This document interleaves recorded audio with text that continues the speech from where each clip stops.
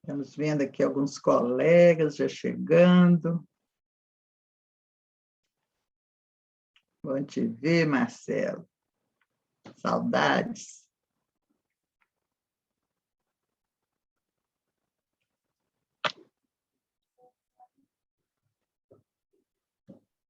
Bom saber que você está firme e forte.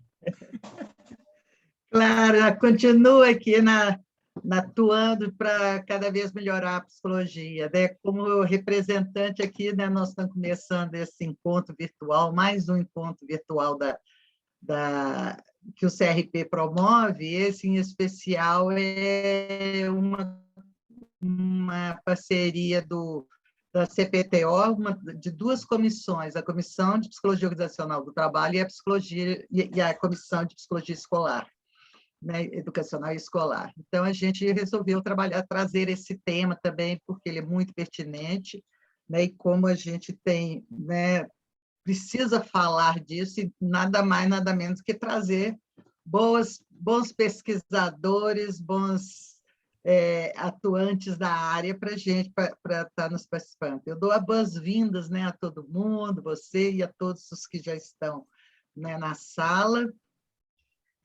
Vai ser um grande prazer, né, e esse é o momento da gente estar aqui, né, discutindo essas questões, trazendo essas questões. Como sempre, né, eu queria primeiro fazer uma descrição, né, de quem eu sou, né? Eu sou uma pessoa clara, de olhos claros, cabelo claro, estou com um paletó escuro, preto, estou no meu escritório, aparecendo a janela, um quadro, e estamos aqui para, né, participar disso daqui. Eu queria reforçar, primeiro, o compromisso do CRP, né, em construir, junto com a categoria, propostas, né, exatamente, de questões que têm emergido todos os dias nesse contexto de pandemia, né? E também os canais estão sempre disponíveis, né? Eu gostaria que todo mundo pudesse usar, acessar, né? Usar o endereço rpmg.org.br/canais de atendimento, e vocês entrarem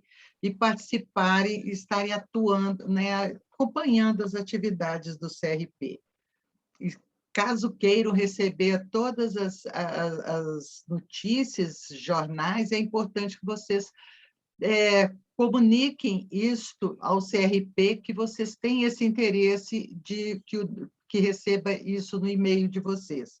Caso não, a questão da privacidade agora tem essa questão que é importante a gente considerar. Então, continue, né, seguindo o CRP, né, nas redes sociais e acompanhando pelo site.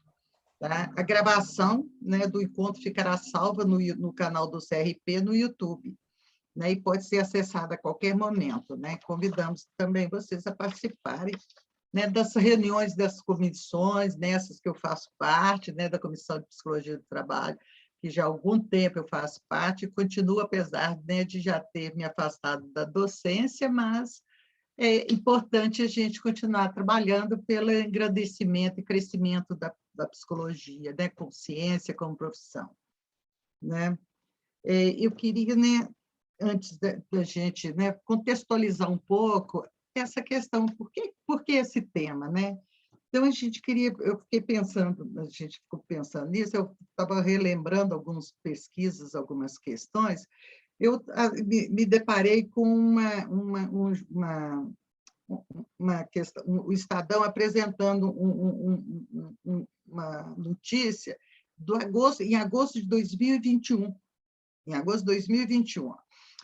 apresentando uma pesquisa, que acho que a Nova Escola havia feito, em que é constatável que 72% dos professores apresentavam problemas de saúde mental.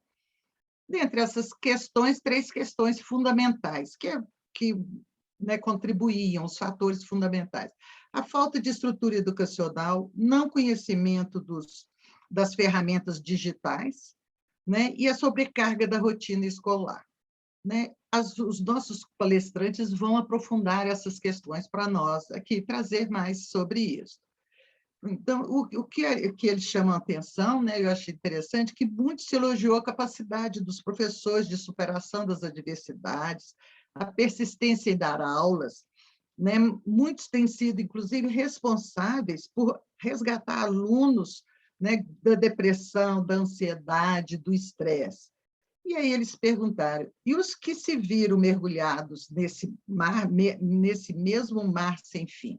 Quem cuidou desses professores? Então, o que nos chamou a atenção é que algumas escolas particulares, elas reagiram a tempo, foram rápidas para poder, mas acabaram enfatizando muitas questões técnicas, digitais. E a questão, mas isso não é suficiente, né? E a questão, né? O apoio emocional e a escuta, quem cuidou deles? Né? Então, eu tenho visto, né, na minha área, que eu trabalhei muito na área do trabalho, o que eu vi muito, os RHs das organizações se articulando para colocar, e ainda estão agora muito mais, se colocarem a saúde mental e a felicidade do colaborador, né, do trabalhador em pauta. E os RHs das instituições escolares? Eu tenho muita pouca coisa para a gente ver e saber do que está sendo feito para os professores, junto aos professores. Né? Tem muito poucas notícias, né? Elas são poucas e pontuais. Né? Então, nossos convidados de hoje vão compartilhar, né? Eles irão compartilhar conosco pesquisas e dados que eu espero, né? Que nós esperamos que nos auxiliem a construir ações para o cuidado da saúde mental do professor.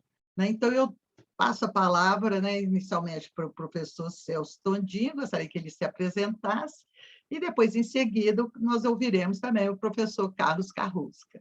É com você, Celso. Então, boa tarde, Nancy, obrigado pela organização desse encontro, ao meu parceiro aí de discussão, Carlos Carrusca, e eu sou professor na Universidade Federal de São João del Rei, no Departamento de Psicologia, e coordeno no Conselho Regional de Psicologia a Comissão de Orientação em Psicologia Escolar e Educacional. Vou fazer minha audiodescrição. Eu sou um homem branco, de cabelos grisalhos. Eu tenho brincado que alguns dirão que são prateados. Uso óculos, tenho os olhos azuis. Estou com uma camiseta vermelha, que vocês não conseguem ler, mas eu faço questão de dizer. É do 11º Congresso Nacional de Psicologia, que encerrou-se ontem em Brasília. Estou retornando de lá. E o número 11 é com várias imagens de cenas significativas da realidade brasileira. E eu fico muito feliz com a aproximação da psicologia organizacional e do trabalho em relação à escola, à educação. Nós, da psicologia escolar, o mundo da educação, mas principalmente acho que a psicologia escolar e educacional, ela precisa das outras áreas da psicologia. Ela não é uma área que se basta em si. Nós precisamos da organizacional do trabalho, precisamos da social, precisamos da comunitária, precisamos da institucional, né? Precisamos, enfim, de várias áreas para compor um trabalho na escola. E o tema de hoje, né,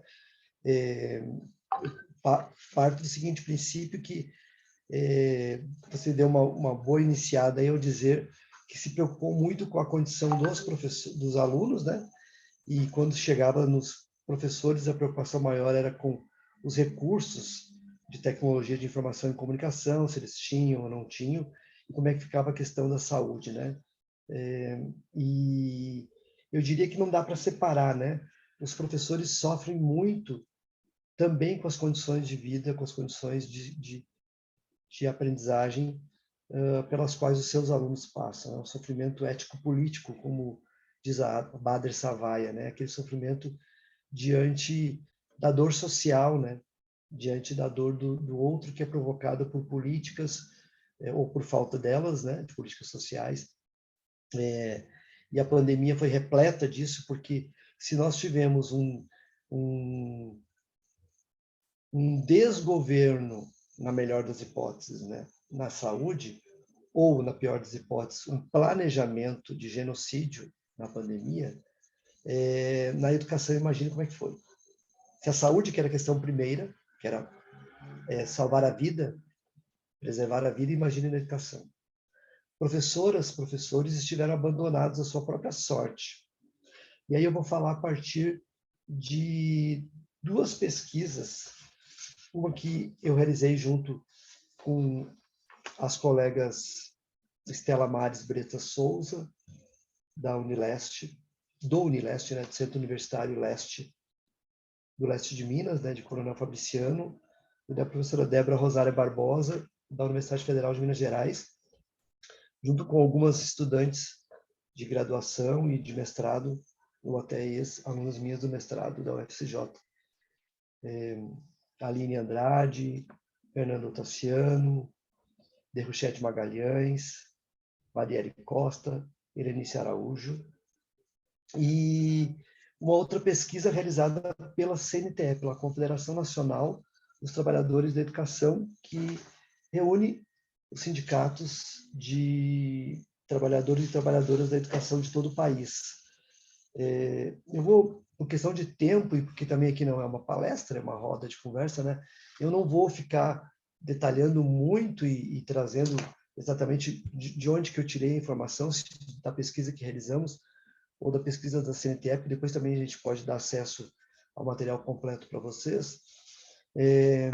Mas a pesquisa que eu realizei em conjunto com essas colegas foi logo no início da pandemia. A gente queria detectar como é que estava acontecendo o início do ensino remoto. E a pesquisa da CNTE aconteceu no ano passado, foi publicada no final de 2021. Né?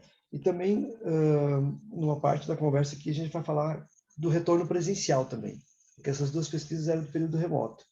E aí falar um pouco também do retorno presencial, como é que está esse pós-retorno, né?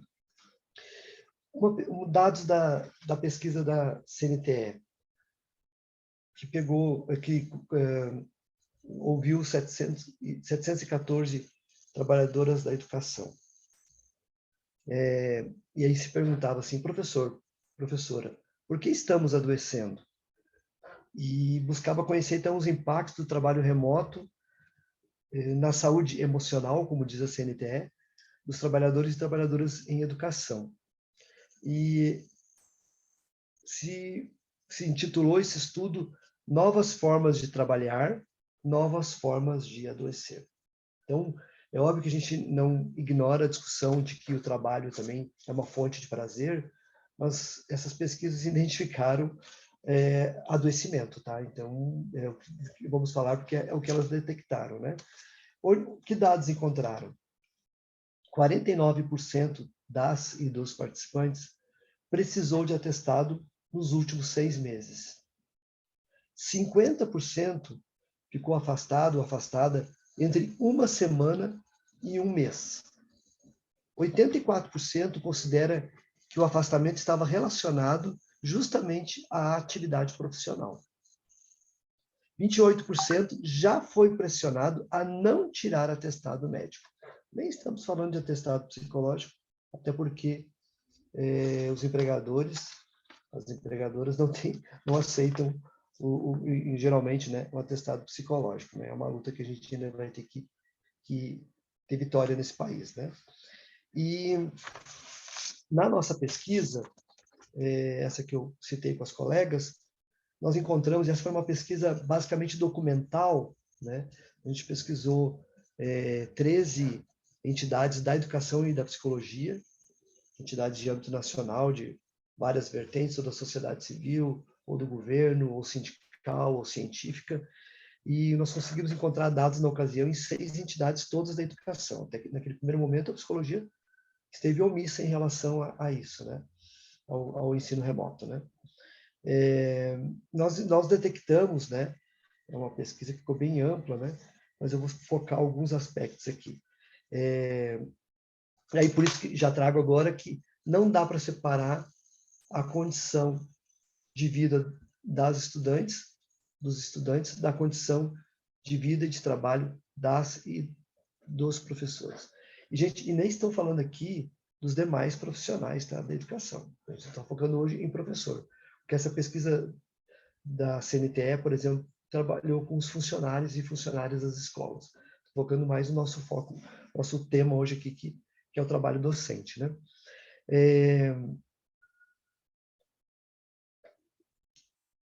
Nós detectamos que, até porque, por que não dá para separar também? Porque além de ser um vínculo, né, professor-aluno, uma relação de ensino-aprendizagem, muitas vezes as professoras estão na mesma condição social dos seus alunos, das suas alunas. Porque nós temos uma profissão cada vez mais popular, né? A docência é cada vez mais popular na educação básica, né? Pelo acesso mais fácil, né? Mais universalizado, mais democratizado, né? Ao ensino superior, enfim. Então, mas de qualquer forma, a pandemia foi uma novidade para todos e todas, né? E aí não vamos também querer dizer que todos estavam na mesma condição, mas vamos falar por aqueles que estavam numa condição de desigualdade que já era anterior à pandemia e que só asseverou com a pandemia. Porque alguém que tem poucas condições de vida antes da pandemia, durante, com a queda de renda, com o desemprego, com o próprio trabalho informal que foi afetado, né, as fontes de rendas todas das famílias, ficou muito... A desigualdade só asseverou, né, só aumentaram as clivagens sociais, né? E as professoras, por exemplo, tiveram que se haver com infraestrutura física, instrumental e acesso à internet e às tecnologias de informação e comunicação, as TICs. E isso se tornou um custo a mais para as professoras. E um sofrimento, porque elas não tinham, muitas vezes, uma formação para o uso desses recursos, além, às vezes, de nem ter os próprios instrumentos, né? Não familiarizadas com esses instrumentos, né? E se gerou um processo de improvisação do trabalho pedagógico. E essa improvisação é fonte de muito sofrimento, porque o trabalho pedagógico é justamente feito, quando bem feito, a partir de um planejamento e a partir de um domínio de um espaço físico da sala de aula e de relações diretas, né? Não de relações mediadas, né? E a gente pode falar, então, de uma precarização do trabalho docente. E também uma fragilização, portanto, do trabalho pedagógico, porque o professor sai de uma subjetividade pedagógica, uma subjetividade que ele é um mediador entre o estudante, a estudante e o conhecimento, mediador das relações que se dão na sala de aula, para uma subjetividade midiática. Estou me emprestado esse termo da antropóloga Paula Sibilia. Ela fala isso antes da pandemia, em outras situações eu transfiro para compreender na pandemia, né? Então vejam que é uma mudança de perfil, de expectativa, de subjetividade em muito pouco tempo e que vai contribuir não só para a fragilização do direito à educação, porque as crianças pouco aprenderam durante a pandemia, né? Mas também para o esvaziamento da função social da escola. Porque, na medida em que se precariza o trabalho docente, na medida em que se fragiliza o trabalho pedagógico, à medida que se tira da mediação para muito mais uma transmissão do conhecimento, uma transmissão ainda muitas vezes muito precarizada, muito improvisada, como eu disse, a gente esvazia a função social da escola como um lugar de transmissão do conhecimento historicamente acumulado, transmissão no sentido não do aluno como ser passivo, né, mas como a transferência da geração anterior para a geração que está vindo, né, de uma riqueza que é o conhecimento científico, nesse sentido, né, de conhecimento científico como necessário para a plena humanização das pessoas, para o pleno desenvolvimento das capacidades humanas, e se fragiliza, como eu disse, o direito à educação. Então, veja que isso tudo, quando fragiliza o direito à educação e esvazia a função social da escola, se produz sofrimento psíquico e também com sintomas físicos, né? A gente tem, por exemplo, na pesquisa do CNTE,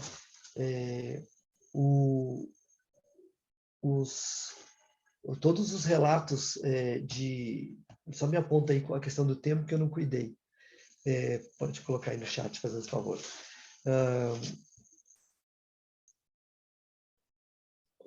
Nós temos na pesquisa do CNTE não só os sintomas psíquicos, né, de depressão, de ansiedade, de síndrome de burnout, mas também os desgastes, né, das cordas vocais,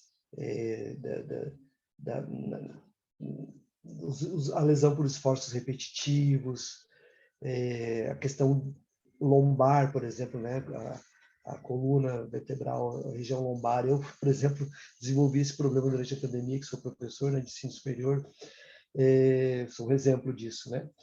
E fora isso, né, os professores foram muito pressionados pela gestão. E aí situações em que o professor se sentia muito desorientado, muito desorientada, né, em relação ao que devia fazer, pressionado para entregar um resultado, né? E alguém escreveu aqui a questão da exaustão. Sim, a exaustão com certeza também, né, aparece aí na pesquisa.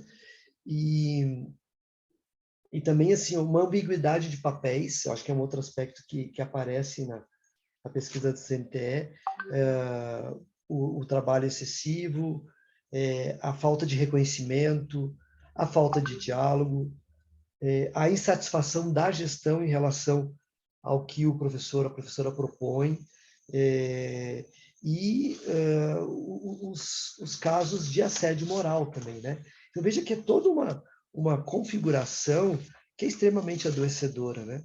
E aí agora vamos falar um pouco da reação a isso, né? E eu tomo da própria CNTE a reação, né? A CNTE faz uma campanha dizendo: ao invés de diagnóstico e medicações para melhorar o desempenho e anestesiar a alma, precisamos repensar o ambiente escolar. Professora, professor, conheça seus direitos. Sua saúde está em primeiro lugar. Professora, professora, você se sente sobrecarregada, sobrecarregado em meio a multitarefas? Eles perguntam ao professor, né? Para dizer assim, ó, você se sente sobrecarregado, não é que é multitarefas, então será que não entre aspas, normal você não estar bem? Não é um problema individual? É um problema de gestão das políticas educacionais? Outras chamadas também da CNTE. Professor, professora, conheça seus direitos. Assédio moral é crime. Professor, professora, você toma para si toda a precariedade do sistema? E aí faz uma outra pergunta ainda. Melhor dizendo, a CNT ainda fala que reconhecer, é uma outra chamada também na campanha, reconhecer e compartilhar é um passo para sair da repetição, é o início de um movimento. Então, veja que, e aí com isso eu vou encerrando a minha fala para esse primeiro momento, para passar a palavra para o Carlos Carrusca, para depois a gente fazer o diálogo aberto com vocês. Vejam que a CNTE, e aí nos aproximamos enquanto profissionais da psicologia, a esses profissionais, professores e professoras, para dizer que a tomada de consciência da situação ela é fundamental para que a gente possa ter uma reação. para ter processos de resistência e de criação, porque o contrário disso é sucumbir ao adoecimento. Mas essa tomada de consciência, ela nunca é um processo numa perspectiva individualizante, ou seja, que o sujeito tem que fazer por si só. Claro que cada uma precisa fazer, mas isso num processo de coletivização das demandas. Então, veja que a CNTE e a psicologia escolar que a gente acredita, ela coletiviza as demandas e, a partir das singularidades que são trazidas para o coletivo, as pessoas tomam uma consciência social do problema e singularizam as soluções. E aí as soluções nunca vão sair do social, porque não há nenhuma saída que não seja pelo social. A saída por uma perspectiva individualizante, que é diferente de individual, né? A individualizante é essa a gente ir em massa para a psicoterapia, que é super importante, o valor da psicoterapia ninguém nega, mas não como uma saída para problemas de política educacional, né, que são coletivos, como eu disse, ou para a medicalização, né, ou para a desistência. Muitos professores desistem da carreira, inclusive nos primeiros anos de docência, né, pós-graduação, né? Então, essas saídas individualizantes, a gente tenta evitar ao máximo, porque elas não vão produzir nenhuma alteração do ambiente, não vão produzir nenhuma exigência de mudança das políticas educacionais. Então, se a saída é o individual ser coletivizado e no coletivo eu singularizar as decisões coletivas, ou seja, depois eu vou colocar em prática a partir da minha singularidade, e daí eu saio do individual para o social e volto para o individual. Então, é diferente de individualizar, né? E culpabilizar o sujeito, porque a individualização também leva para a culpabilização do sujeito, né? Ou o sistema o culpabiliza, a pessoa também se culpabiliza, né? E, às vezes, numa busca incessante de dar conta de algo que ela se cobra e que nunca vai dar conta porque é da ordem do impraticável mesmo, né? Então, no pós-pandemia, agora rapidamente, só para encerrar mesmo, a gente tem aí professores em sofrimento também, com a situação de retorno dessas estudantes. Estudantes que estão tendo síndromes de pânico, crises de ansiedade, episódios de descontrole emocional. Outro dia eu ouvia uma professora dizendo, num encontro que nós realizamos em Juiz de Fora, para psicólogos escolares, mas veio essa professora também, e ela dizia, eu sou coordenadora pedagógica e todo dia tem 5 alunos, pelo menos, na fila, que eu falo que é a fila dos ansiosos, né? E para ela conversar, né? E ela dizia, o que vocês podem fazer, né? E aí, na perspectiva aí da nossa implantação da Lei 13.935, que institui o serviço de psicologia e serviço social nas redes de educação básica, eu diria que o primeiro suporte que a gente daria é para essa coordenadora pedagógica, para ver como que ela está lidando com essa situação e o que ela pode fazer para trabalhar essas questões de forma mais coletiva, para ela não individualizar em 5 corpos a cada dia, né? Que vão ser 25 por semana, que vão ser 100 por mês, que vão ser centenas, não quis a conta, né? Talvez milhares no ano, e que ela não vai resolver, porque ela vai ficar sempre trabalhando o imediato, o emergente, e não o que tem produzido esses processos, né?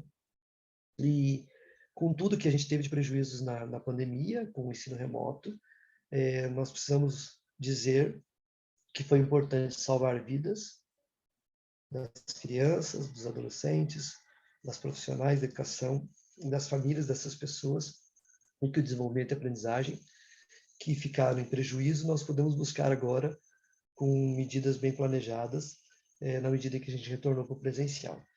E com isso eu passo então a palavra para o meu companheiro de mesa hoje aí, o Carlos Carrusco, para ele se apresentar e fazer sua fala. Obrigado, professor Celso.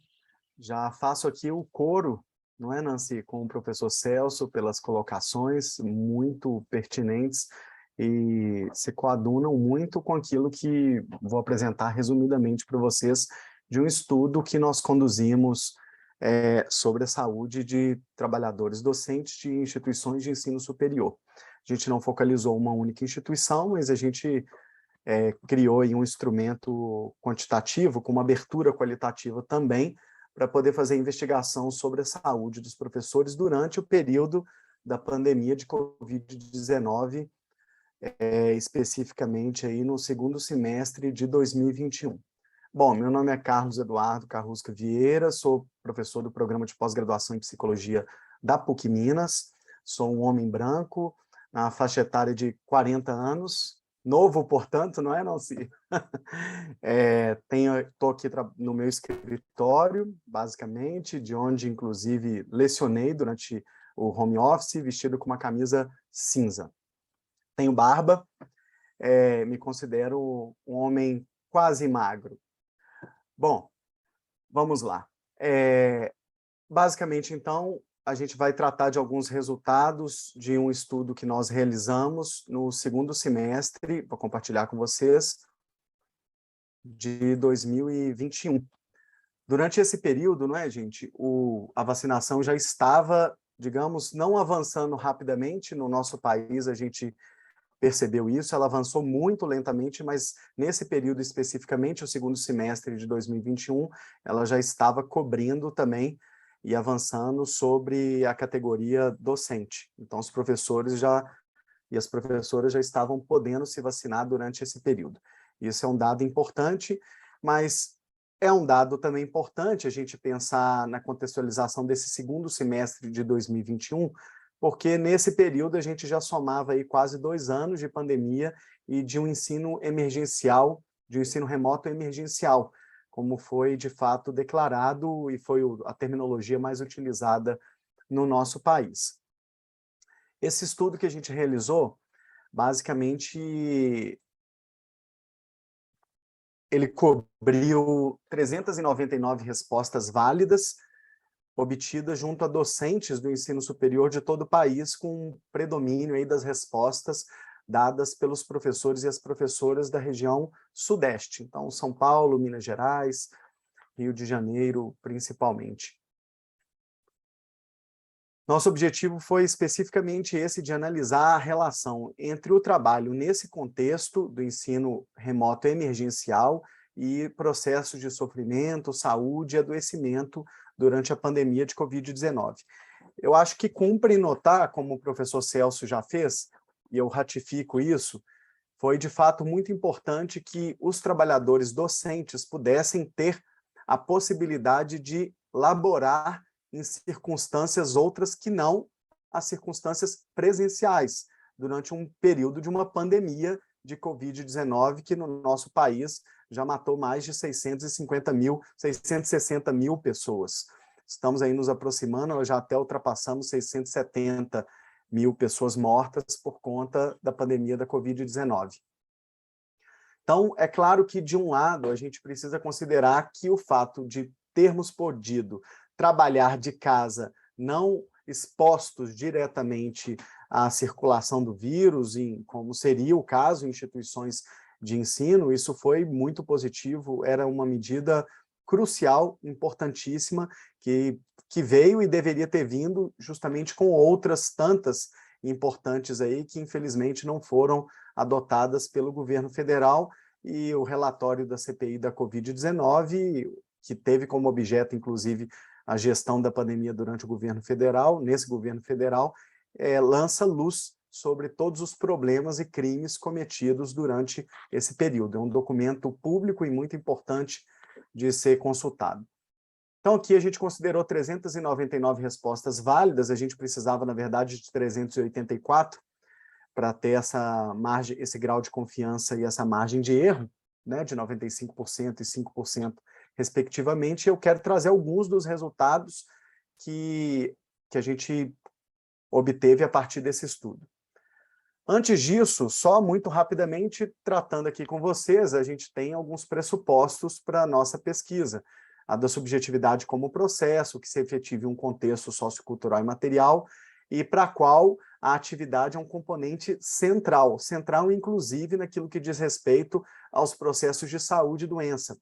Tem aqui um lastro na nossa compreensão, nesse estudo em Canguilhem, aquele autor que entende que, de fato, a atividade ela é sempre central na construção dos processos de saúde e o ser humano ele jamais é só um sistema de reações físico-químicas. É por isso que o professor Celso, inclusive, disse que a gente pode falar sobre um sofrimento ético-político, porque o ser humano valoriza, valora, ele atribui sentido, significado e valor àquilo que ele experimenta. Então, ele não é um dispositivo de reação físico-químico. Outra coisa importante, a saúde aqui para nós não é um sistema de autopreservação ou de mera adequação, ajustamento a um meio social, pensando aí um meio de trabalho, por sinal. O sujeito sempre está diante de situações imprevisíveis, situações mais ou menos imprevisíveis, e ele responde a essas situações, baseado, inclusive, no tratamento de valor que ele dá para aquilo que ele está experimentando. Então, colocadas essas questões, queria avançar um pouco sobre a questão dos resultados que a gente obteve. E 2 pontos são centrais. Primeiro, digamos, a dilatação das jornadas de trabalho e, segundo, a intensificação do processo de trabalho. E esses 2 fenômenos, eles andaram muito juntos durante esse período do ensino emergencial, ensino remoto emergencial. Aqui, eu trouxe um gráfico para vocês, fica mais fácil da gente visualizar, evidenciando o que aconteceu com a jornada de trabalho de professores e professoras de ensino superior durante o período da pandemia da Covid-19. Aqui, de azul, vocês conseguem verificar jornadas de trabalho durante o período do regime presencial. Já eram jornadas que se prolongavam muito. Aquilo que foi dito aqui, o período da pandemia e do ensino remoto emergencial intensifica algumas tendências que já eram, inclusive, percebidas anteriormente. E aqui, logo no gráfico, com as barras em vermelho, a gente identifica o que aconteceu com a jornada de trabalho dos docentes durante o período da pandemia de Covid-19. Muito claramente, a gente vai verificando aqui por esse gráfico que as jornadas de trabalho, que antes, no presencial, iam mais ou menos ali até de 9 a 11 horas, ou de 7 a 9 horas, com algumas jornadas também se prolongando de 11 a 13, ou de 13 a 15 horas, ou até mais de 15 horas, elas foram sendo arrastadas para esse intervalo de uma jornada de trabalho que perdura de 9 a 11 horas, de 11 a 13 horas, de 13 a 15 e até mais de 15 horas, com um predomínio, por exemplo, de uma jornada, fica muito claro aqui pelos gráficos, de uma incidência grande de professores trabalhando de 11 a 13, de 13 a 15 e mais de 15 horas de trabalho, de forma significativamente diferente daquilo que acontecia antes, durante o período presencial. Ora, se os professores e as professoras já trabalhavam muito durante o período presencial, o que a gente verifica aqui com esse gráfico, e a partir dessas respostas que foram dadas ao questionário, é que os professores passaram a trabalhar ainda mais, prolongando a jornada de trabalho durante esse regime de home office. Aqui eu preciso fazer uma nota de repúdio àquela fala de um dos ministros, inclusive de deputados, do governo federal, de líder do governo federal, que disseram que só o professor não queria trabalhar durante a pandemia. É justamente o contrário. O que isso aqui indica é que os professores trabalharam ainda mais durante a pandemia da Covid-19. Então, isso suportado aí pelos dados, inclusive, que a gente obteve. Outro ponto importante é a aquisição de equipamentos e serviços. A gente verificou isso, imagino, até o professor Celso vai poder confirmar ou não isso depois, que isso se estenda também ao ensino médio fundamental. Os professores adquiriram equipamentos e serviços. Então, aqui, 50% deles falam que adquiriram cadeiras, 39%, praticamente 40%, que adquiriram computador, outros caixas de som. Pacote de dados de internet, 56% dos professores entrevistados falam que adquiriram pacote de dados de internet para poder lecionar, webcam, microfone, equipamentos para iluminação, mesa, e outros adquiriram também serviços técnicos em informática, por conta das dificuldades aí advindas do ensino por home office, né, o ensino emergencial, remoto emergencial. Muitos professores, a maioria esmagadora, 98%, não é pouca coisa, realizaram o seu trabalho na maior parte do tempo na posição sentada, o que tem, obviamente, efeitos negativos para a saúde. O próprio professor Celso mencionou isso aqui também. Então, não é um caso único, não é uma circunstância, um episódio individual. Isso, de fato, afetou a categoria de uma forma bastante ostensiva. Também é muito importante para nós que a gente tenha verificado dificuldades que os professores tiveram de responder às demandas do seu trabalho. Então, aqui, quando a gente soma, por exemplo, esses que dizem para a gente tive dificuldade com frequência e tive dificuldade sempre, a gente tem 50% das pessoas respondendo que tiveram dificuldades, metade daqueles que foram entrevistados. E ainda, por cima, aqueles que dizem que às vezes tiveram essa dificuldade, mais 39%, sendo que aqueles que nunca tiveram esse tipo de dificuldade respondem por apenas 10% dessa amostra que nós tivemos. E 36%, pelo menos, relatou ter tido um tempo insuficiente para poder responder, para poder planejar as atividades ou corrigir trabalhos acadêmicos. E é claro que isso pesa sobre a qualidade daquilo que foi feito. Se 36% desses que respondem ao questionário dizem que o tempo para corrigir ou planejar as atividades era insuficiente, é claro que a gente vislumbra também impactos sobre a qualidade disso que foi feito. Agora, um ponto muito importante sobre aquele aspecto da intensificação do trabalho. De um lado, a gente nota com muita clareza, até com muita facilidade pelos relatos dos colegas, em qualquer instituição que estejam, a dilatação da jornada de trabalho, o que fez com que o trabalho durasse mais. De outro lado, esse processo da dilatação da jornada de trabalho, ele se somou com o processo de intensificação do trabalho, aquela sensação de fazer ainda mais, às vezes num tempo que é insuficiente para dar conta de tudo o que é pedido. E aí a sensação, as vivências mais frequentes dos docentes foram, primeiro, menor participação dos alunos, 84%, não há por que dizer que isso não afetaria também a qualidade das aulas. Claro que sim, o aluno e a aluna são indispensáveis para a constituição daquilo que nós chamamos de aula. Isso foi seguido da sensação de intensificação do trabalho, 73%, e sensação de estar sozinho durante as aulas, 69%. Vejam que esses três processos, eles têm uma relação.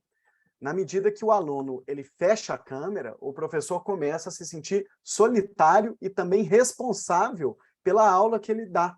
Ele começa a compactar o conteúdo que ele tem para poder dizer para os alunos e ele vai intensificando o próprio trabalho e produzindo um desgaste, inclusive, das pregas vocais. Essa sensação de pressão e de um trabalho intensificado vocalmente também foi muito relatada. Agora, a câmera fechada, ela não significa apenas para o professor, e de um ponto de vista da análise da atividade, que o professor ficou sozinho em sala. Ela corta um circuito que é fundamental para constituir a própria aula. Vejam vocês que um professor em sala de aula, ainda que a gente não note isso, ele está sempre observando sinais individuais, sinais da turma, e esses sinais, eles modulam a aula, eles constituem a aula. É uma competência, digamos, inclusive implícita, tácita do professor. Às vezes nem o próprio professor se dava conta de que fazia isso, mas quando as câmeras estão fechadas, rapidamente isso se mostra como um elemento que era muito importante. A construção da interação pedagógica, ela exigia, no mínimo, ou exigiria no mínimo, uma câmera aberta, para que a gente saber quem é o interlocutor, e inclusive poder dirigir e dirigir questões, dirigir dúvidas, dirigir interrogações e obter dos alunos também uma participação mais frequente.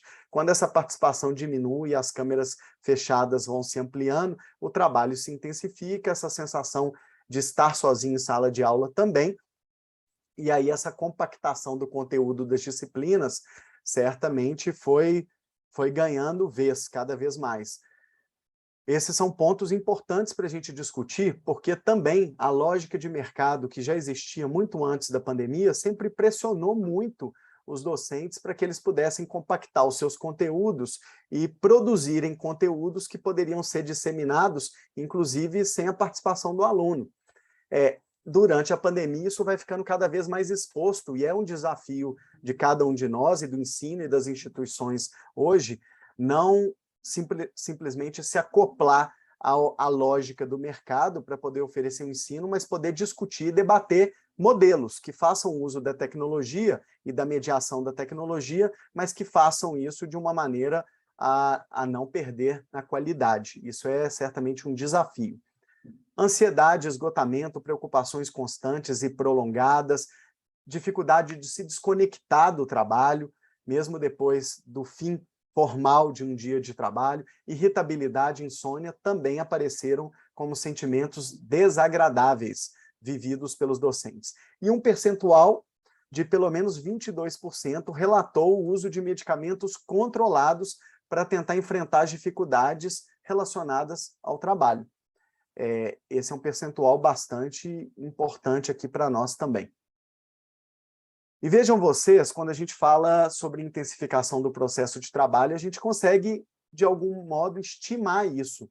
Com muita frequência, e para alguns sempre, professores realizaram outras tarefas de forma simultânea quando estavam participando, por exemplo, de reuniões.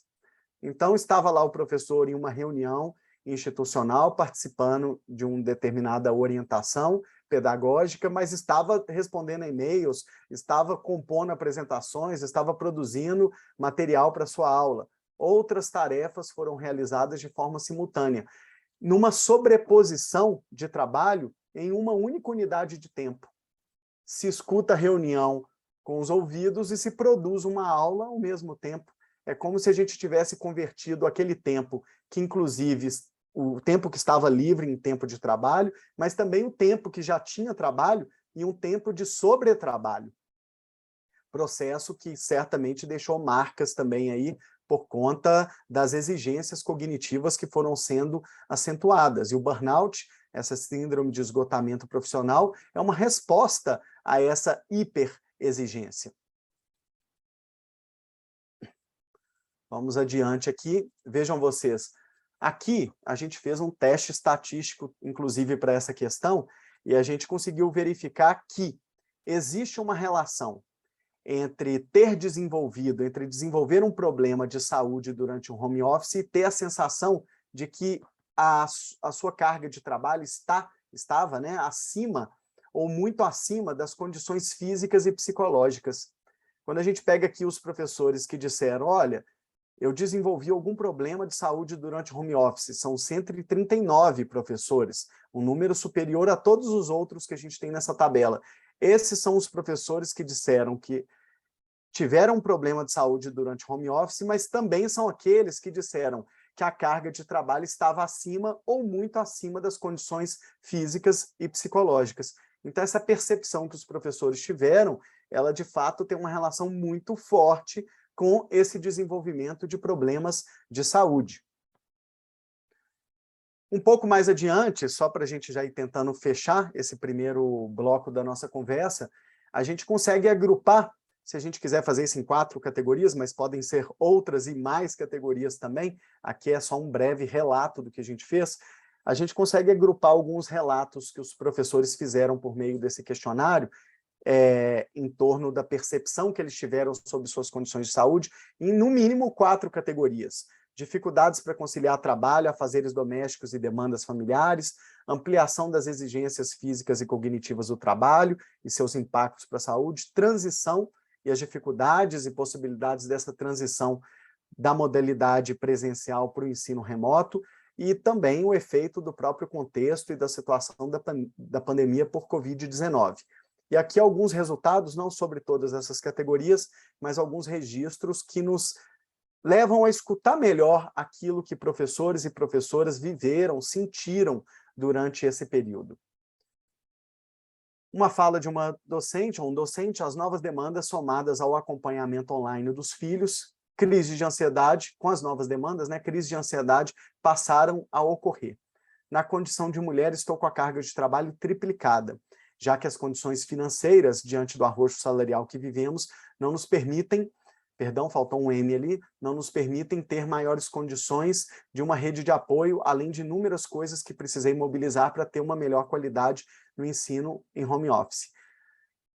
São falas que sintetizam muito daquilo que foi sentido, vivido durante esse período.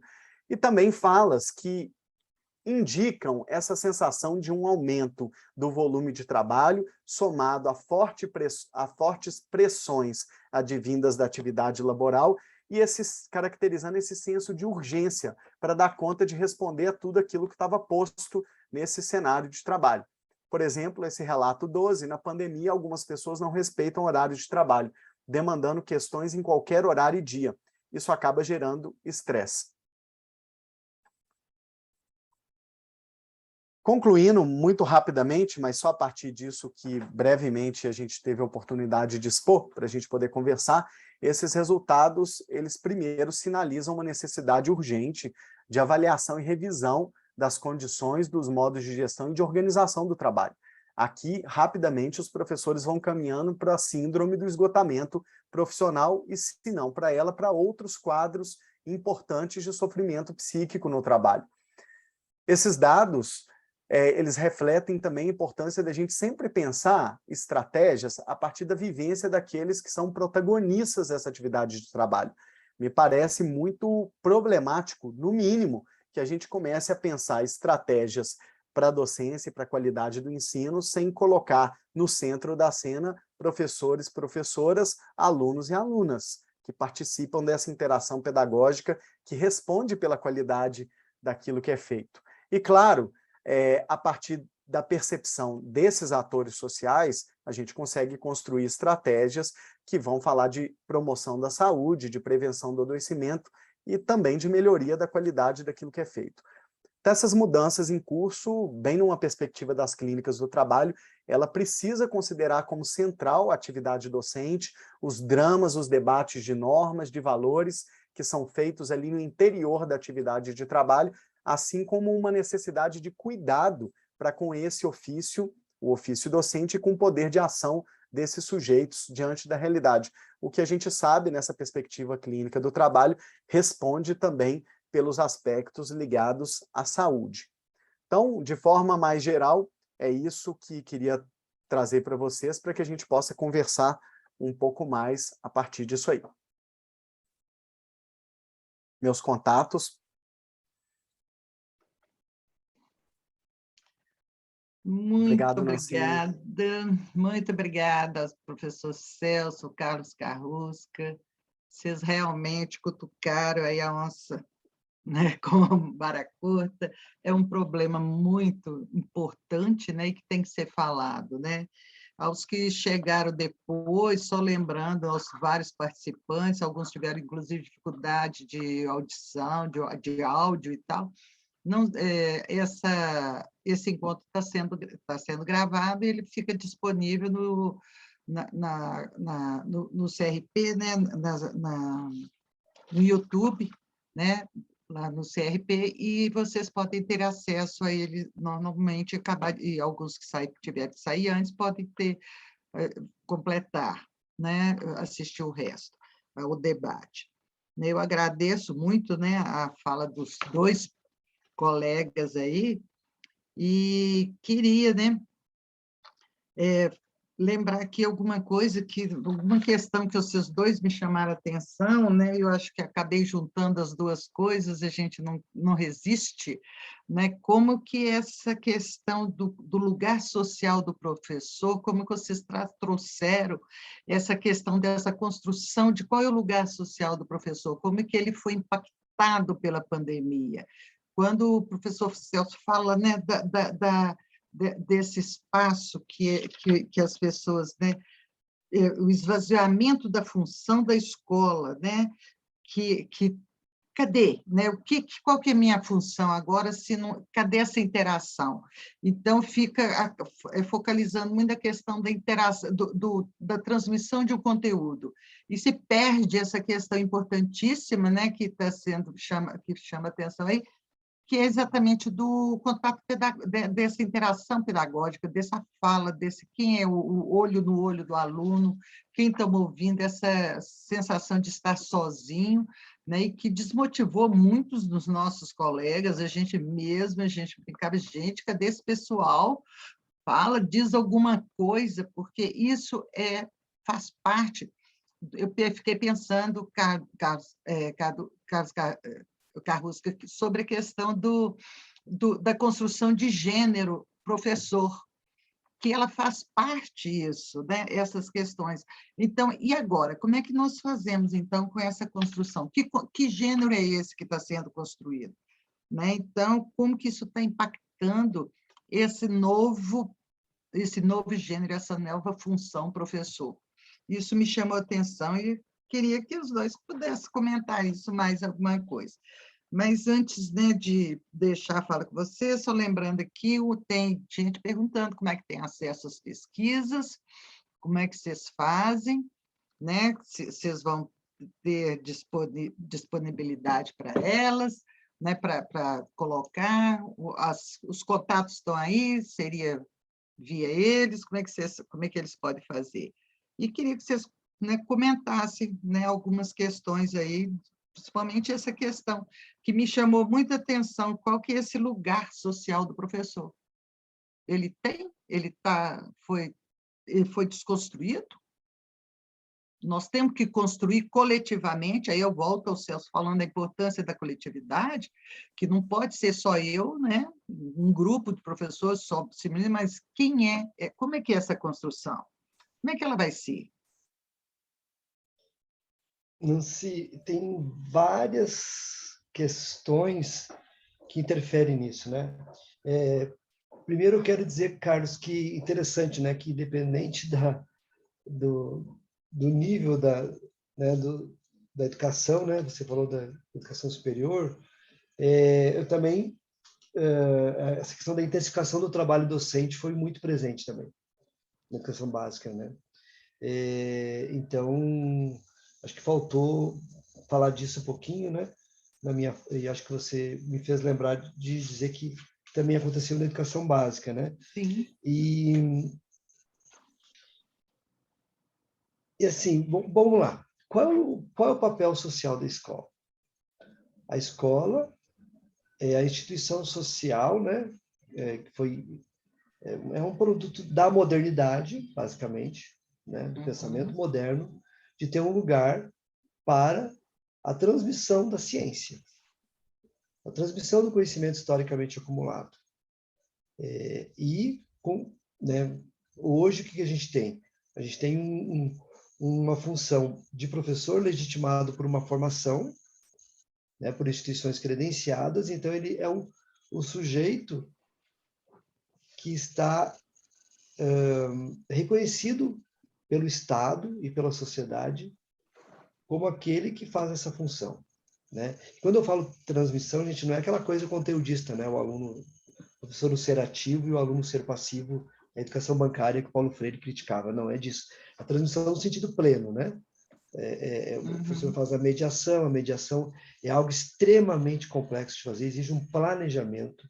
O Vygotsky, né, que é o nosso psicólogo histórico-cultural de base, ele vai dizer do professor como um planejador, né, do processo de ensino-aprendizagem. Então, ele é o sujeito que tem que escolher as melhores estratégias, as formas mais eficazes de mediar as relações entre os alunos e as relações destes alunos com o conhecimento, né, todos numa postura de sujeitos ativos, né?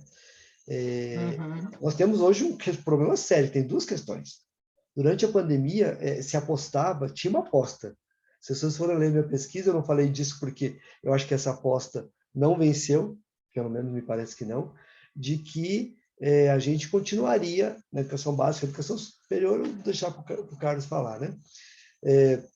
Na educação básica, a gente tinha uma tentativa de que, no pós-pandemia, a tecnologia continuasse sendo muito importante em detrimento do professor, porque, gente, não é tecnologia versus professor. Não é essa dicotomia excludente. O problema é quando a tecnologia vem tirar o lugar do professor, ou vem transformá-lo no youtuber, numa performance essa midiática, para a qual ele não foi formado. Ele foi um sujeito, como eu disse, que conheceu a ciência e tem o papel de transmitir a ciência, né? Então, primeiro que a gente venceu essa luta, eu acho. A escola, hoje, se reconhece o lugar dela, a importância dela. Como é importante os alunos terem montado o presencial, né? Segundo, nós estamos atravessados por uma discussão de ensino domiciliar, o homeschooling, né? Então, assim, que também vem nessa mesma linha de deslegitimar a função docente, e de onde que vem essa tentativa de deslegitimar o professor durante a pandemia? Vem das empresas que lucram com a educação. As empresas de plataformas digitais, de programas educacionais, de computadores, né? Os conglomerados de educação, porque a educação vende e consome produtos, né? É um mercado. Então, assim, também tinha né? Inclusive, na minha pesquisa, a gente aponta isso, né? Inclusive com um problema seríssimo, né? Porque tem sistemas que aceitaram a benevolência de algumas empresas que simplesmente se apossaram de dados de milhares ou milhões de pessoas, né? Então, assim, cadê a proteção aos dados dessas pessoas? Então, essas pessoas viraram potenciais consumidores na mão dessas empresas, né? Então, isso é uma outra conversa que a gente poderia fazer, né? Mas, enfim, essa mercantilização da educação, por um lado, né? De tirá-la cada vez mais do campo do direito para um produto a ser vendido e consumido e gerar lucro, somado ao homeschooling, que é tirar a escola como lugar da ciência e transferir isso para a família, né? E o lugar da socialização também, né? Do convívio com as diferenças, com a diversidade, do lugar de negociar com o outro, na negociação das diferenças, né? Que é tão importante para a constituição do regime democrático. A gente tem visto isso, quanto que a democracia perde quando a gente fragiliza a convivência entre as diferenças, quando a gente tenta instituir pensamento único, modos de viver únicos. Nós, profissionais da psicologia, sabemos a potência que tem as singularidades, as subjetividades, né? As diferenças. E que quanto mais a gente tenta padronizar, mais empobrecida fica a convivência e a sociedade humana. Então, veja que esses dois, puxando duas linhas aqui, né? A primeira vez que eu estou fazendo esse raciocínio, tá, gente? Que é a discussão que me provocou aqui, da mercantilização com o ensino domiciliar, a gente está numa linha de tensão, né? A escola é importante, sim, né? Mas a família não dá conta sozinha, né? E tem papéis diferentes, porque a educação ela é familiar e escolar, são dois aspectos, né? E também social, mas eu vejo assim que nesse boom todo, assim, nessa avalanche, vamos dizer assim, o professor fica pensando, que é uma coisa que apareceu na pesquisa da CNTE, né? Que eu citei, essa falta de reconhecimento que já havia, mas quando, por exemplo, bem lembrou o Carlos, o governo do nosso país, que teria que ser o primeiro a reconhecer o trabalho de todas as brasileiras e brasileiros durante a pandemia, diz que os professores não trabalharam, isso é de uma autorização para a sociedade toda não reconhecer. Inclusive pedir ensino domiciliar. Porque já não trabalham lá, por que eu não deixo em casa meu filho? Né? E ele fica aprendendo em casa, sob os meus cuidados, sem correr o risco de ser, entre aspas, doutrinado. Esse aspas aqui é porque é impossível doutrinação. É impossível doutrinação porque o ser humano sempre aspira à liberdade. Então a doutrinação é algo da ordem do impossível. Qualquer um de nós aqui sabe que nenhum professor faz a cabeça de aluno, gente. Né? Eu sempre brinco que se fizesse, meus alunos pensavam muita coisa parecida comigo. E eles pensam muito diferente de mim. E eu dou graças a tudo, porque eu digo assim, que bom que vocês pensam diferente, que daí dá debate. Né? E a gente aprende com o outro. Né? Então, assim, é da ordem do impossível essa doutrinação. Por exemplo, dizer que a gente ensina orientação sexual, gente. Professores de educação básica ensinam o menino, a menina a ter uma orientação sexual. que nós pervertemos os bons valores familiares? Quantas vezes que a escola é o lugar onde se percebe a violência sexual que acontece dentro de casa? E o ECA manda, o Estatuto da Criança e do Adolescente manda que a gente faça a denúncia aos órgãos competentes para preservar o direito dessa criança da integridade física, psicológica e moral. Então, assim, veja que não dá para sacralizar a família, né? E não dá também para sacralizar, obviamente, a escola, ela tem seus problemas, mas a gente está falando da ordem do político, né? Quais as políticas que são providenciadas, quais as condições que são providenciadas. Falamos que durante a pandemia não foi, né? Porque, assim, tinha projetos de fornecer internet e computador e notebook para estudantes e professores, não foi aprovado, foi vetado pelo governo federal, ou seja, o mínimo que tinha para a educação continuar funcionando era isso, né? Então, veja que a gente está falando de coisas tão básicas, né? Espero que na volta à escola agora, presencial, a gente tenha escolas mais salubres, né? Ou seja, escolas com salas, número de alunos, né? Turmas menores, né?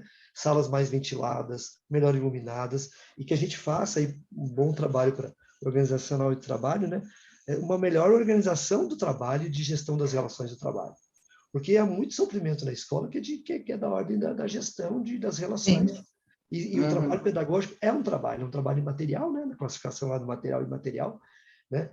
E que o sujeito fundamental desse trabalho é o professor. Quer dizer, a saúde do professor precisa ser olhada, né? E assim, e aí vou passar a palavra para o Carlos, senão estou tomando muito tempo, né? Mas depois vou fazer mais uma intervenção para falar da saúde, exatamente. Que alguém fez uma pergunta aqui sobre pesquisa sobre saúde.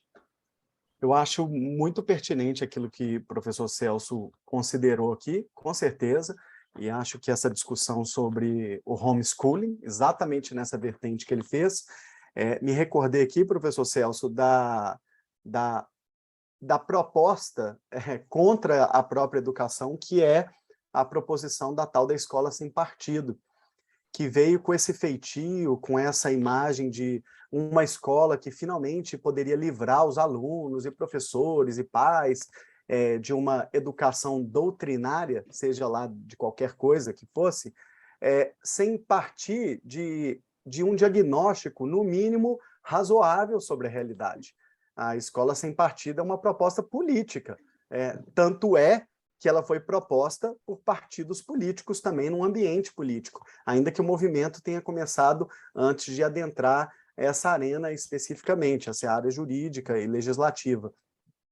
Então, isso é muito importante, eu acho, considerar que essa denominação, escola sem partido, ela foi muito estratégica, na verdade, do ponto de vista político e ideológico, porque ela, enfim, nadou de braçadas num contexto de intensa polarização, e, sobretudo, de uma certa antipatia e aversão de uma parcela da população a tudo aquilo que era identificado como campo ou proposta do campo da esquerda. Geralmente, questões muito mal explicadas, entendidas ou debatidas. Não é verdade?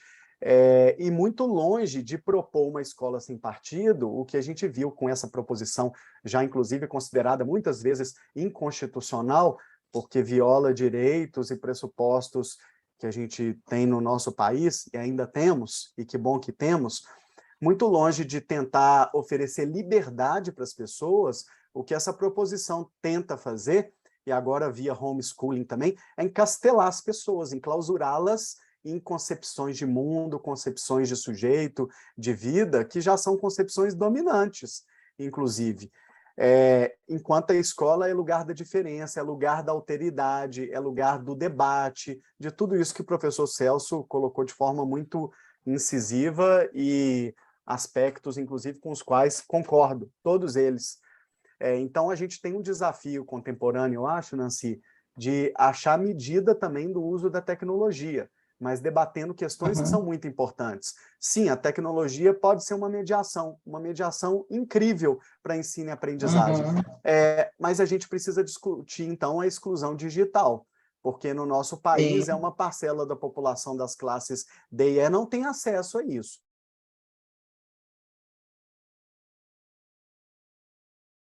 Significa quem? E nesse contexto difícil que a gente viveu, de vez em quando, né, quando a gente podia fazer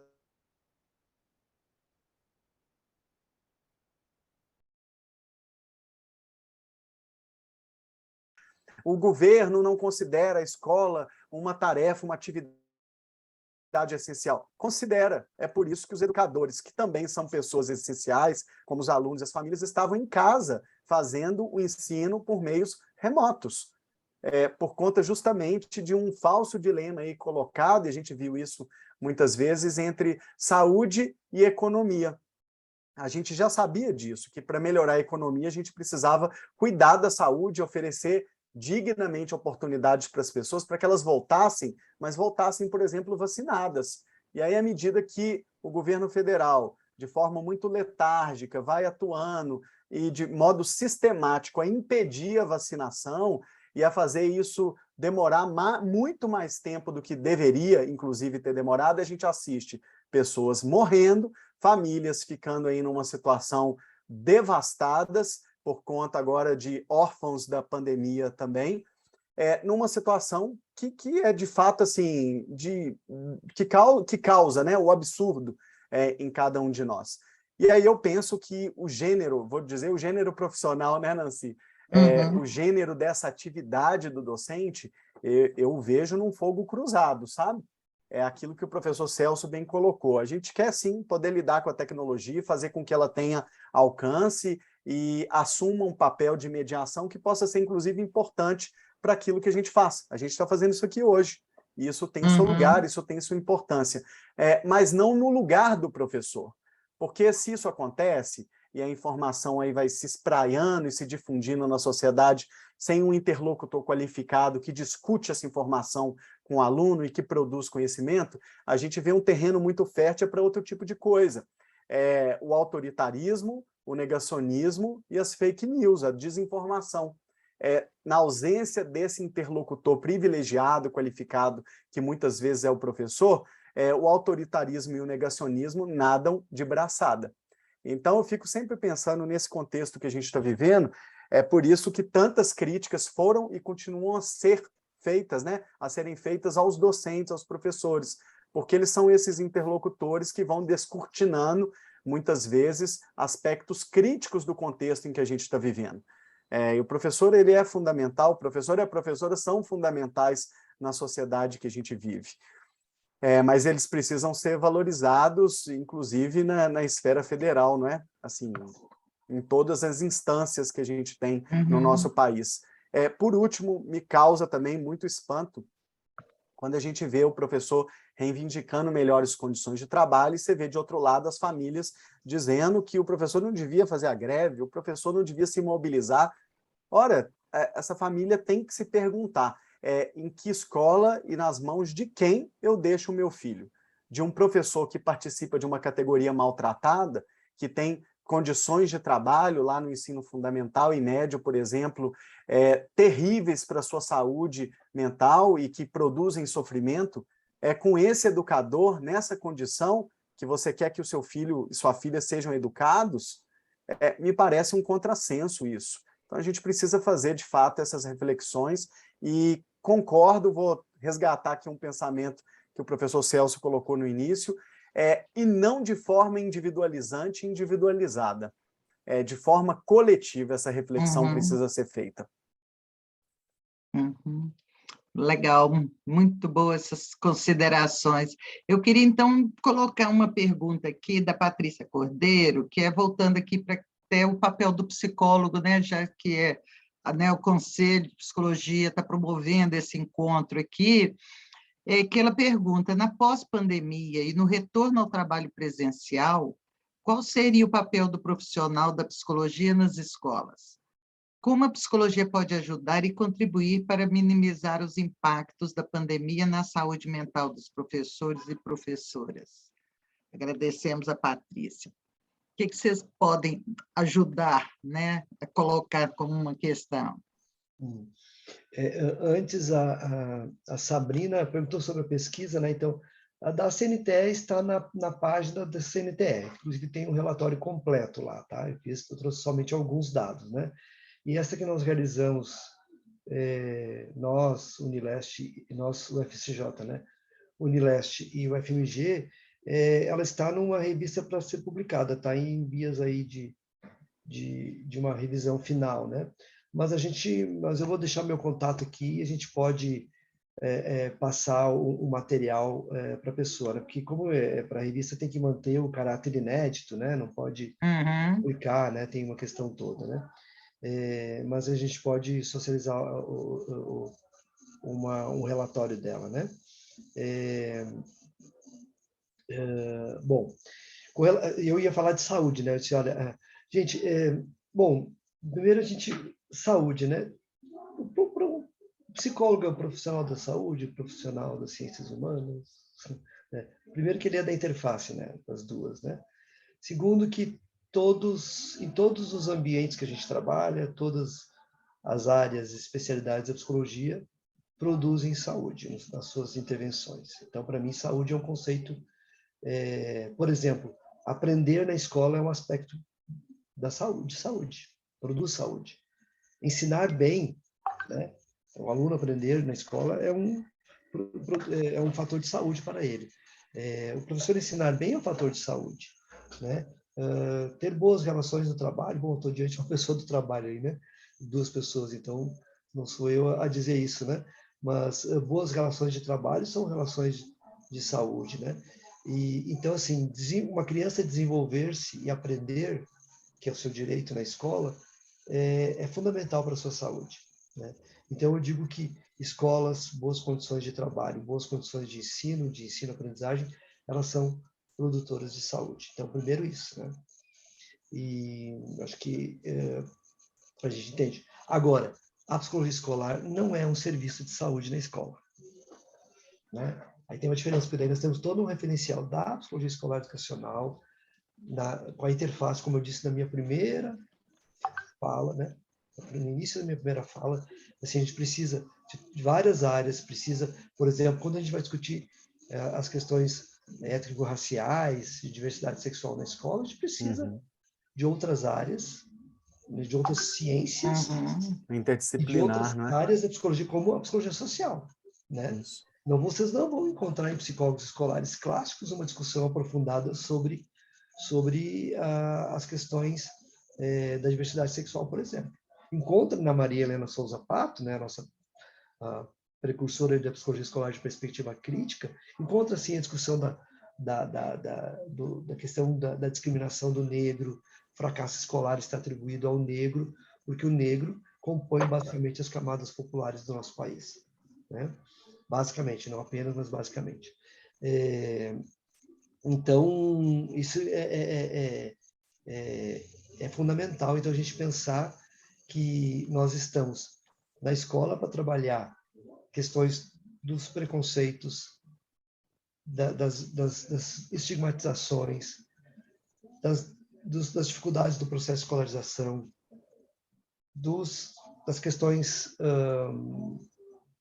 enfim, que produzem ou não produzem saúde.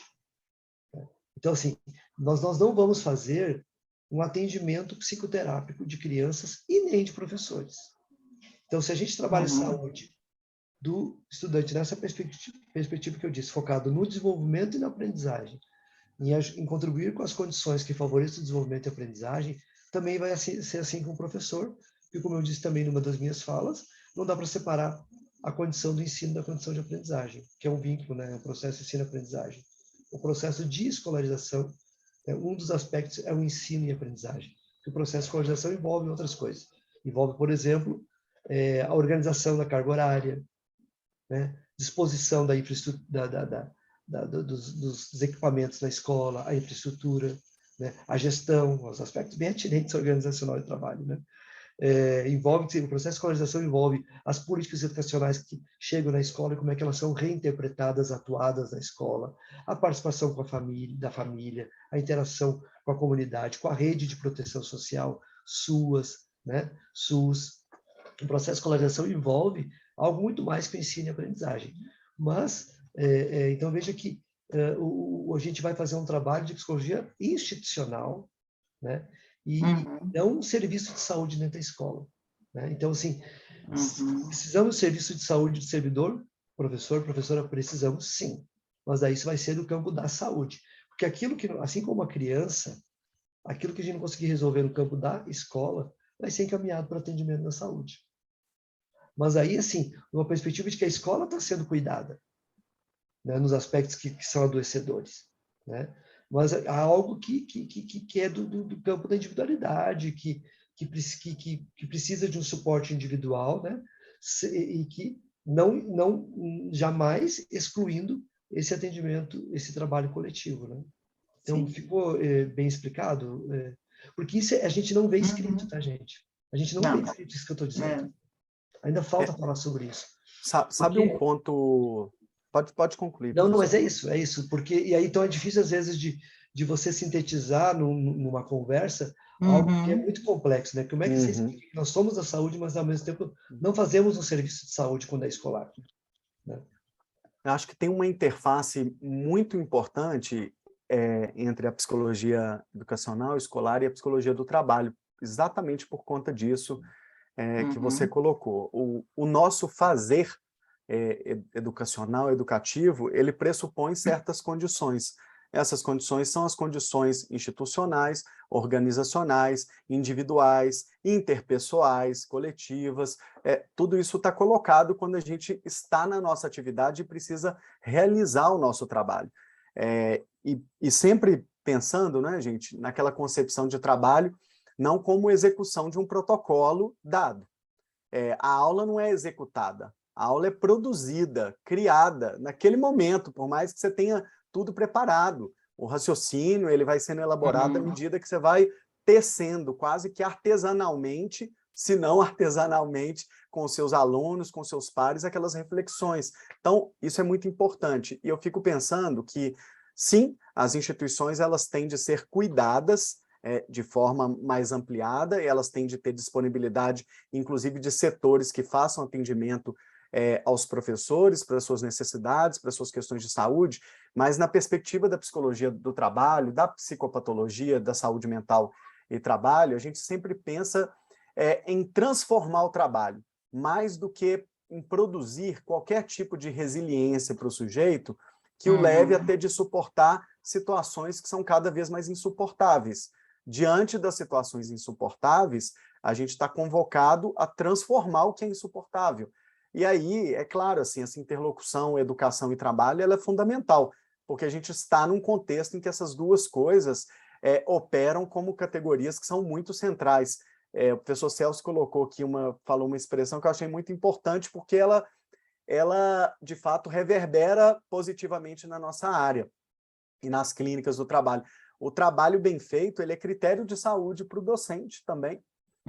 Sair de uma aula que você sente assim, nossa, mas essa aula foi a pior de todas elas, ou não estou dando conta de fazer aquilo que eu poderia, isso afeta o nosso valor pessoal e profissional também. E isso é um dos elementos do nosso processo de saúde. Então, quando a gente pensa em saúde, a gente não pode conectar essa perspectiva de cuidado da saúde com o departamento de recursos humanos, ou com o departamento médico de uma dada instituição. Precisa ir para além disso e avançar sobre os processos de organização do próprio trabalho. O professor Celso mencionou aqui, e estou de acordo, a carga horária do docente, o modo de funcionamento institucional, como é que são as redes de apoio em relação aos pares, como têm sido as relações, inclusive, com os próprios alunos, porque tem relações muito que são mais tensionadas e mais agressivas e outras que não. Então, todos esses elementos aí, eles têm uma fundamental ligação com aquilo que a gente faz. E aí, com aquilo que a gente faz e com aquilo que a gente vive, com aquilo que a gente se percebe, né, em termos da saúde, percebe em termos de saúde. Talvez o ponto crucial para a gente seja pensar nessa expansão do poder de ação das pessoas diante do trabalho. É o que faz a gente pensar em autonomia.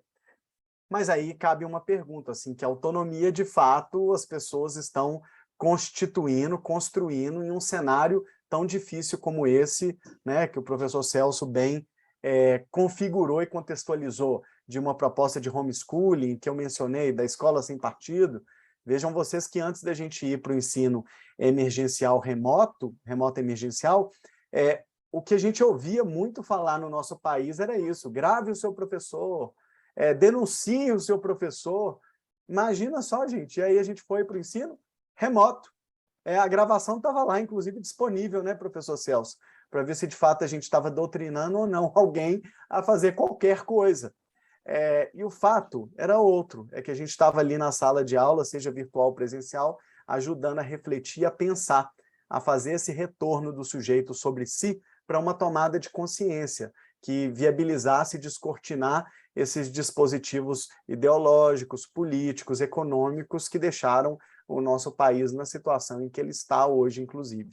Então, acho que esses aspectos e o aspecto da saúde, ele é fundamental, mas respondendo aí a nossa colega, diante daquilo que é insuportável no trabalho, a gente é convocado a transformar.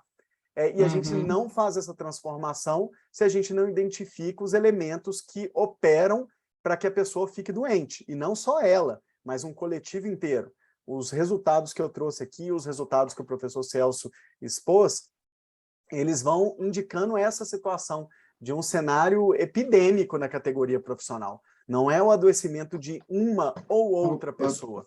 São pessoas no conjunto, né, que pertencem a essa categoria profissional, que estão expostas a situações muito específicas e a circunstâncias muito semelhantes e que podem levar a esses quadros que são depois diagnosticados.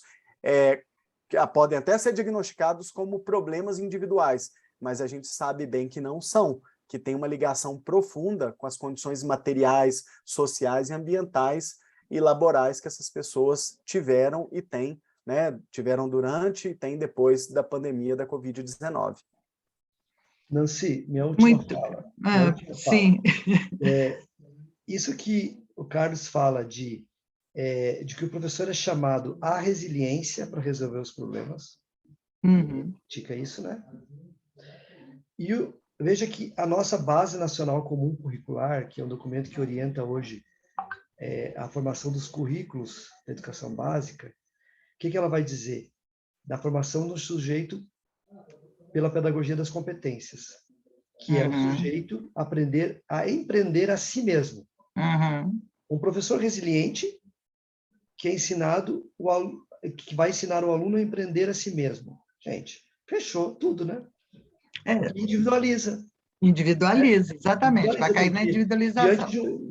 Então, assim, esse empreender a si mesmo é diante de uma situação do nosso modo de produção capitalista, que na atual conjuntura, né, não consegue oferecer postos de trabalho para todos, cada vez menos. Né? E aí as pessoas o problema do desemprego, da produção de renda é individualizado, ou seja, empreenda por si mesmo e vire-se. Né? Se você não faz isso, é porque você é incompetente. Nossa profissão também está nisso, né? Nicho de mercado, a questão é você encontrar o seu nicho, é fazer um bom marketing. Se você não deu conta, é você quem não conseguiu, é você quem fracassou. Você não é inovador. Né? E assim, e só as pessoas que inovam, né? Gente, não é o ser humano, ele tende à repetição. Quem é que inova todo dia? Quem é que todo dia consegue ser muito diferente do dia anterior? Assim, é uma exigência inalcançável, né? De inovação permanente. Né? Embora a gente aspire à diferença, a gente tende à reprodução. Né? Então, assim, eu quis fazer esse raciocínio para falar um pouco de como que casa aí o tipo de professor demandado com o tipo de aluno que se quer formar hoje. Né? Então, assim, como que a escola é fundamental para os processos de formação das subjetividades que o modo de produção precisa, né? Inclusive o mercado de trabalho, ou nem sei se chama mercado de trabalho mais, me digam se é assim que chama, né? Exige hoje, né? E achei muito feliz essa conjunção aí da mesa, já faço as minhas palavras finais, aí sei que você... bom. Eu gostaria de que vocês fizessem as considerações finais, né? Qual do tempo, né? E acho que foi muito feliz essa junção, eu acho que essa perspectiva de transformar o trabalho, né?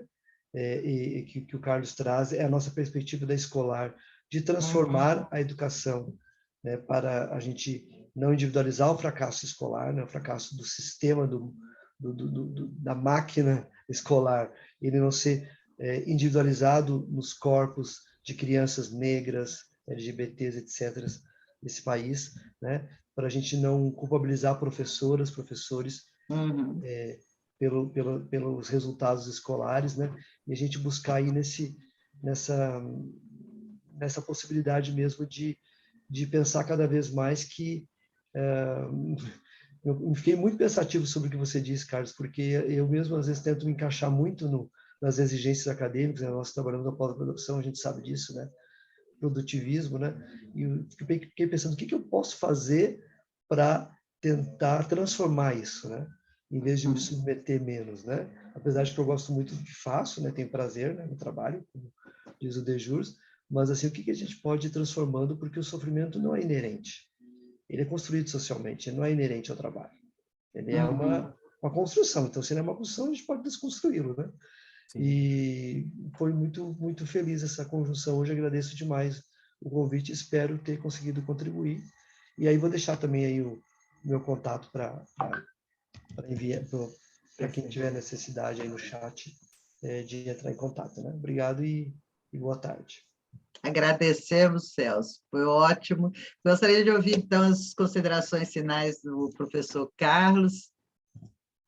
Eu também agradeço demais essa junção nesse debate transversal entre educação e trabalho. Ele traz muitas reflexões, há pontos de convergência, acho que a maioria, não é verdade, para a gente poder pensar em melhorias de processos.